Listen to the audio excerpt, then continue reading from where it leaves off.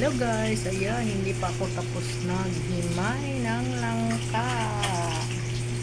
Ayan, hinimay ko na siya para lalagay ko na lang siya sa ref.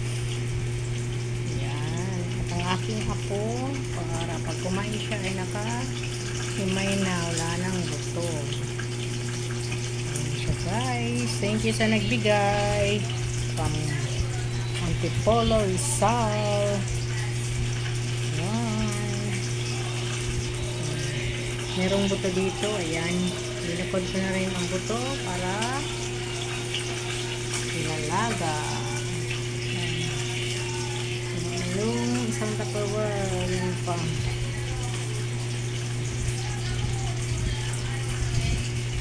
Habang naghihimay, nagkakape. Kunti na lang yung ating kape. Habang naghihimay, nagluluto ng dinner. Siya guys, maraming salamat po sa nagbigay ng langka.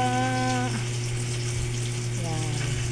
Dito binibili ko ang langka ay 150 isang kilo. Ayan.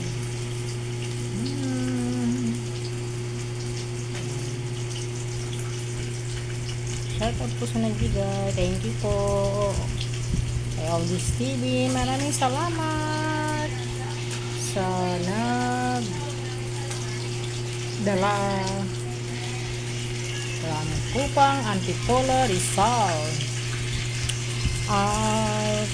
Nasa 20 kilos din yata ito yung buo. Yan. Ang langka, yan, mahal din po talaga ang langka. Ang langka, marami din po siyang benefit sa katawan. Ayan, paborito ito ng aking apo. Yan. Ilang araw na siya nagsasabi na gusto na niyang kumain ng langka kasi hindi pa siya masyadong hinog, kaya ngayon lang siya nahiwa.